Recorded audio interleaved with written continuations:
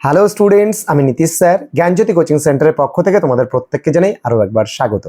তো স্টুডেন্টস, আজকে আমি তোমাদেরকে যে বিষয়টি পড়াবো সেটা হচ্ছে ভিএসসি আন্ডারস্ট্যান্ডিং ইন্ডিয়া, এবং আজকে আমার ইউনিট 1-এর লাস্ট ক্লাস। ইউনিট 1-এর আমি তোমাদের অনেক ক্লাস দিয়েছি এবং যা যা প্রয়োজন ছিল সেগুলো প্রত্যেকটা বিষয় পড়িয়েছি, কিন্তু আজকে আমি তোমাদের পড়াবো ট্র্যাডিশনাল ড্রেসেস, মানে ঐতিহ্যবাহী পোশাক, রাজ্যভিত্তিক। কিন্তু দেখো, কবিগুরু রবীন্দ্রনাথ ঠাকুরের একটা শ্লোক আমাদের খুব মনে পড়ে, বা একটা কবিতার লাইন আমাদের খুব মনে পড়ে, যে নানা জাতি নানা মত নানা পরিধান বিভেদের মাঝে দেখো মিলন মহান।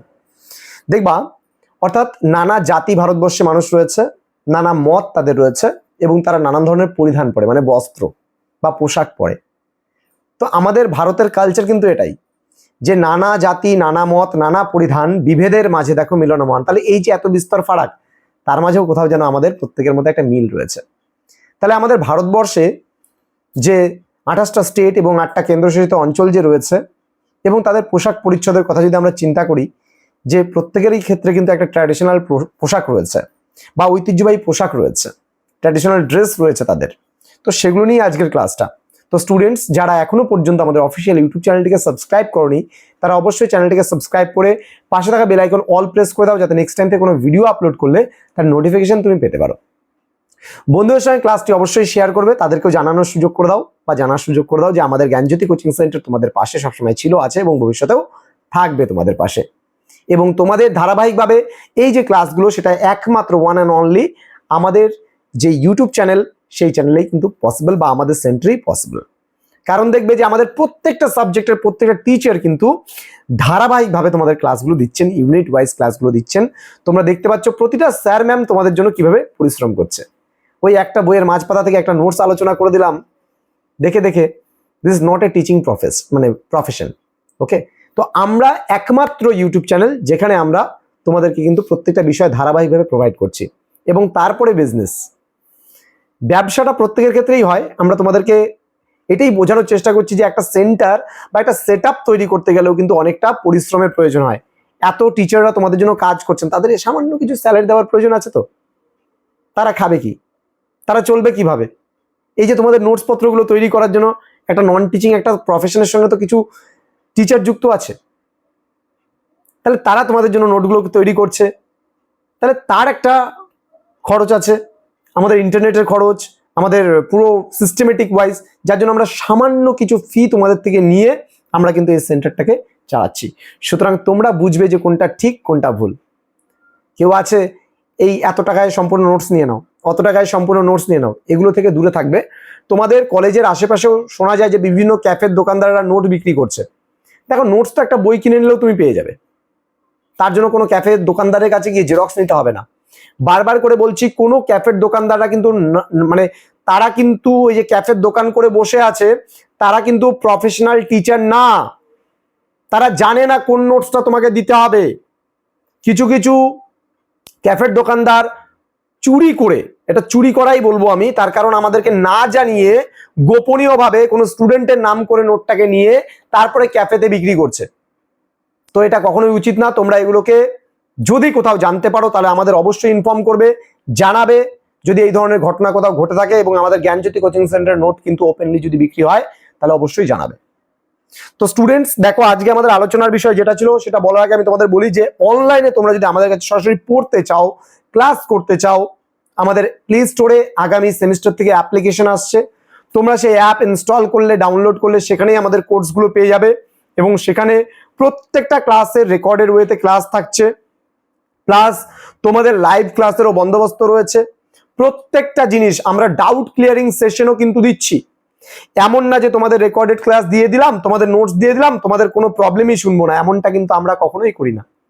ওই নোটস বিক্রি করে ক্যাফের দোকানদার যদি তোমার কোনো সমস্যা হয়, দেখবে একটা জিনিসও তোমায় বুঝিয়ে দিতে পারবে না। তোমাকে যে নোটসগুলো দিয়ে দিচ্ছে, তোমরা কি করো, ওগুলো নিয়ে পড়ো, দেখো একটু পয়সা কম, 100 টাকায় দিয়ে দিচ্ছে তোমাকে সব নোটস, খুব আনন্দ, আমার কাছে তো সেই নোটস আছে, চল পড়াশোনা করি। জিনিসগুলোকে বুঝবে, কারা টিচার নয়, কাদের অভিজ্ঞতা আছে, এই জিনিসটা বোঝার চেষ্টা করবে, তবেই কিন্তু তোমরা ভালো একটা জায়গায় এই দুর্নীতিগুলোকে রুখতে পারবে। তো যাই হোক, কথা বাড়াবো না। আমাদের কাছে কোর্স করতে চাইলে আমরা পুরো প্যাকেজটা নিই মাত্র 999 রুপিস। দেখো, মাসিক বেতন 20 টাকার সিস্টেমে আমরা পড়াচ্ছি, একটা সাবজেক্ট একটা টিচার, অনলি 20 টাকা। তুমি 20 টাকার বিনিময়ে আমাদের সেন্টারে পড়তে পারছো। মান্থলি ফিস একটা সাবজেক্ট একটা টিচার পাবেন, তার জন্য মান্থলি ফিস অনলি 20 টাকা। পুরো প্যাকেজ যদি আমাদের কাছে পারো 999 রুপিস। শুধুমাত্র মেজরের জন্য আমরা তোমাদের কাছ থেকে চার্জেস করছি 500 রুপিস, কারণ মেজরের জন্য স্পেশাল ট্রিট করার প্রয়োজন আছে তোমাদের। প্রতিটা টিচার ক্লাস নিচ্ছেন একদিন দুদিন করে মেজরের ওপরে, যার জন্য বলছি জিনিসগুলোকে বোঝো তারপরে ক্লাস করো। চলো শুরু করছি। প্রথমে আমরা চলে আসবো অন্ধ্রপ্রদেশ। অন্ধ্রপ্রদেশে যদি আমি খুব ফেমাস বলি, দেখো আমি তোমাদেরকে আগের দিনও ক্লাসে বলেছি যে এখানে ট্র্যাডিশনাল ড্রেসেস অনেক কিছু থাকবে, কিন্তু সেই ট্র্যাডিশনাল ড্রেসেস গুলো সব জানার আমার দরকার নেই। আমি জানবো ইউনিক কোনটা, আলাদা কোনটা, ওটাই কিন্তু পরীক্ষা আসবে। অন্ধ্রপ্রদেশে যেমন কুর্তা, ধুতি, লুঙ্গি, পায়জামা এগুলো সবাই পরে, সমস্ত স্টেটেই কম বেশি তুমি এই ধরনের পোশাকগুলো দেখতে পাবে। মহিলারা কি পরে, তাঁত ও সিল্কের শাড়ি সব জায়গায় কম বেশি দেখতে পাবে, সালোয়ার কামিজ সব জায়গায় কম বেশি দেখতে পাবে। তাহলে অন্ধ্রপ্রদেশে এটা কিন্তু কোনো কিছু ফেমাস নয়, সুতরাং অন্ধ্রপ্রদেশের ঐতিহ্যবাহী পোশাক না পরলেও চলবে বা মনে না রাখলেও চলবে। অরুণাচল প্রদেশ, অরুণাচল প্রদেশেরও আমরা যদি না পড়তে চাই তাও চলবে, কিন্তু মহিলাদের ক্ষেত্রে অরুণাচল প্রদেশে স্লিপলেস কামিজের কথা তোমরা মনে রাখতে পারো, লম্বা জ্যাকেট সহ, মানে একদম লম্বা জ্যাকেট সহ একটা স্লিপলেস কামিজ মহিলারা ব্যবহার করেন। অসমের জন্য মনে রাখবে তুমি রিহা মেখলা বা মেখলা চাদর, এটা মনে রাখবে মহিলারা পরে, ধুতি কুর্তি পরার দরকার নেই বা মনে রাখারও দরকার নেই। গোয়াতে হচ্ছে পানো ভুয়াজু মানে মেয়েরা পরে, তোমার হচ্ছে নবভারী শাড়ি মেয়েরা পরে। আর গোয়াতে যদি দেখি আমরা পুরুষদের ক্ষেত্রে বাঁশের টুপিটা মনে রাখবা, হাফ প্যান্ট, উজ্জ্বল রঙের শার্ট, এটা গোয়ার কিন্তু ট্র্যাডিশনাল পোশাক। সমুদ্রের ধারে খুব সুন্দর সুন্দর কালারফুল ড্রেস পরে কিন্তু বসে থাকে, বিন্দাস, বুঝা গেল। তো গুজরাটের পুরুষরা কিন্তু ক্রোনো এবং কেদিউ পরে, তো এটা মনে রাখতে হবে আমাদের। আর মহিলাদের ক্ষেত্রে খুব একটা বেশি কিছু মনে রাখার দরকার নেই। আচ্ছা, হরিয়ানাতে পাগড়ি মনে রাখবে, পুরুষদের ক্ষেত্রে পাগড়ি, ধুতি, কুর্তা, এবং মহিলাদের ক্ষেত্রে দামান, কুর্তি, লম্বা রঙিন কাপড়ের জড়ি দিয়ে সজ্জিত চুন্ডার। হিমাচল প্রদেশে হিমাচলি টুপি আছে, পুরুষদের ক্ষেত্রে পায়জামা, কুর্তা, তো এটা সব জায়গায় কমন, না পড়লেও চলবে। হিমাচল প্রদেশে যদি আমরা মহিলাদের কথা বলি তাহলে সালোয়ার, রাহিদেটা মনে রাখবা, রাহিদে আর ঘাগরা চলি। হিমাচল প্রদেশে রাহিদে আর ঘাগরা চলি এটা মহিলারা পরে, খুবই গুরুত্বপূর্ণ। জম্মু কাশ্মীরে মনে রাখতে হবে তোমাকে মহিলাদের ক্ষেত্রে যেটা ইম্পর্টেন্ট, ফেরান আর বোরখা হচ্ছে জম্মু কাশ্মীরে খুব ফেমাস। কর্ণাটক যদি বলি কাঞ্চিপুরম বা কাঞ্জিভারম শাড়ি খুব ফেমাস, মনে রাখবে মহিলাদের ক্ষেত্রে। কেরলে যদি বলো কেরলিয়ান শাড়ি মহিলাদের ক্ষেত্রে, আর পুরুষদের ক্ষেত্রে মুন্ডু, লম্বা পোশাক। ওকে, দেন মহারাষ্ট্রে যদি বলি ওদেরও পাগড়ি আছে, মহিলাদের ক্ষেত্রে শাড়ি, এটা সেরকম ভাবে কিছু, বা লুগদা মনে রাখতে পারো, লুগদা, এখানে লুগদা এক ধরনের শাড়ি, মহারাষ্ট্রে মহিলারা যে শাড়ি পরেন তাকে লুগদা বলা হয়, মনে রাখবে। মণিপুরে ইন্নাফি এবং ফানেক মহিলাদের ক্ষেত্রে। আর হচ্ছে পুরুষদের ক্ষেত্রে হেড গাড়ি আছে, যেটাকে আমরা পাগড়ি বলি বা হেড গাড়ি। ওকে, মেঘালয়ে যদি বলি মহিলাদের ক্ষেত্রে খাসি অর্থাৎ ধারা যেটাকে বলি আমরা।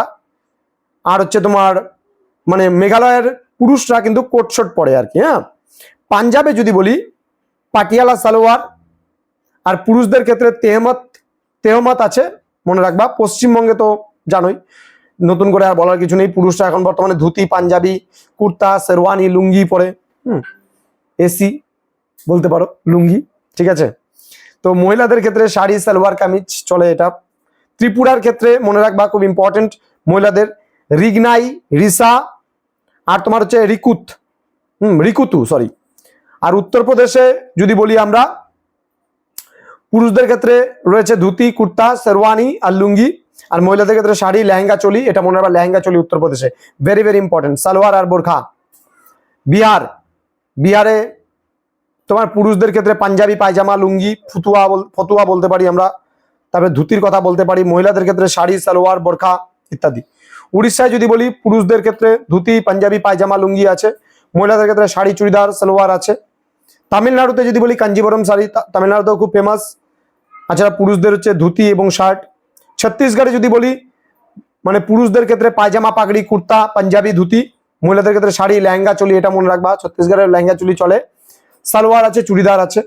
নাগাল্যান্ডে তোমার পুরুষদের ক্ষেত্রে কিল্ট আছে আর ওলুংসু আছে, আর মহিলাদের ক্ষেত্রে আজু, জাংগাপসু, তারপরে মেখলা, নেইখ্রো, তোমার মায়ার টাস্ক ইত্যাদি। ঝাড়খণ্ডে যদি বলি পুরুষদের ভাগআন, গেঞ্জি, গামছা, কুর্তা, শার্ট, পায়জামা, আর মহিলাদের ক্ষেত্রে শাড়ি, পারথান ও পাঞ্জি। মধ্যপ্রদেশে যদি বলি পুরুষদের ক্ষেত্রে ধুতি, পাঞ্জাবি, পায়জামা, কুর্তা, শার্ট, জ্যাকেট, আর মধ্যপ্রদেশে মহিলাদের ক্ষেত্রে বাঁধন শাড়ি, লেহেঙ্গা, চোলি ইত্যাদি। তেলেঙ্গানা পুরুষদের ক্ষেত্রে ধুতি, শার্ট, কুর্তা, পায়জামা, উড়ুনি, আর মহিলাদের ক্ষেত্রে শাড়ি, তোমার হচ্ছে লাঙ্গা, ভনিস, সালোয়ার কামিজ। উত্তরাখণ্ডে যদি বলি পুরুষদের ক্ষেত্রে ধুতি, পাঞ্জাবি, কুর্তা, পায়জামা, গোল টুপি, আর মহিলাদের ক্ষেত্রে লং স্কার্ট আর ঘাগড়া চোলি শাড়ি রয়েছে। এই কটা পার্ট তোমরা যদি পড়ো তোমাদের পুরোপুরি কভার করে যাবে। সেরকম ভাবে খুব একটা বেশি মানে প্রশ্ন এখান থেকে আসবে না, এক দুটো প্রশ্ন আসতে পারে। যেমন আমি একটা বাঁশের টুপির কথা বললাম, গোয়াতে খুব ফেমাস, এটা একটু ভালো করে তোমরা পড়বা বা মনে রাখবা, খুবই ফেমাস বা খুবই গুরুত্বপূর্ণ। আর দুই এক জায়গার যে পড়াগুলো রয়েছে সেই মানে ড্রেসেসগুলো পড়বা, তাহলেই তোমাদের হয়ে যাবে। তো স্টুডেন্টস, তোমাদের সঙ্গে দেখা হবে খুব তাড়াতাড়ি পরবর্তী নতুন কোনো ক্লাস নিয়ে, যেটা আমরা ইউনিট 2 এর কিছু টপিক নিয়ে আমি আলোচনা করব পরবর্তী ক্লাসগুলোতে। তোমরা প্রত্যেকে ভালো থেকো, সুস্থ থেকো। Thank you so much, thanks for watching. After all, thank you.